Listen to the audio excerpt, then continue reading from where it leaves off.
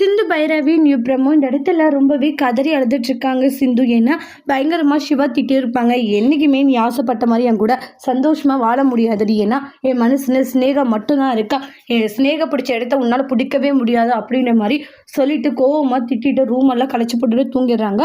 அப்போ ரொம்பவே ஃபீல் பண்ணிட்டு இருக்காங்க. சிந்து இருந்துட்டு இப்படி ஆகிப்போச்சு, எப்படியாச்சும் டாக்டர் உன் மனசில் இடம் பிடிப்பேன், ஏன்னா நான் உன்னை அந்த அளவுக்கு காதலிக்கிறேன், என்னுடைய காதலும் அன்பும் கண்டிப்பாக நான் உனக்கு நிரூபிப்பேன் அப்படின்ற மாதிரி சிந்து ஃபீல் பண்ணிக்கிட்டு இருக்காங்க. அடுத்த நாள் பார்த்தீங்கன்னா ரொம்பவே கவலையோடு இருக்காங்க சிந்து. சரி, அது யாரும் வெளியே காட்டிக்கூடாதுன்றதுக்காக வெளியே வராங்க. அதுக்கப்புறம் குளிச்சு முடிச்சுட்டு வந்து அவங்களுடைய வேலையை பார்க்குறாங்க. உடனே சிவாவுடைய பெரியம்மா, ஏமா ரெஸ்ட் எடுக்கலாம்ல, நீங்கள் எதுக்கு வேலை பார்க்குறேன்றாங்க. இல்லை இருக்குதுமா, வீட்டில் இதெல்லாம் செஞ்சு எனக்கு பழக்கம் தான். ஆமாம், வேலைக்காரிக்கு இதெல்லாம் செஞ்சு பழக்கம்ன்ற மாதிரி மக சொல்கிறாங்க.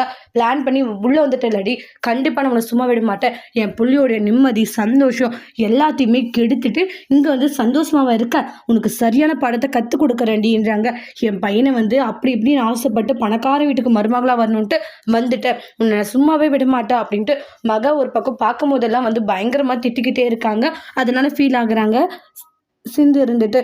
அதோட இந்த ப்ரெமோவை முடிச்சிருக்காங்க. தேங்க்யூ.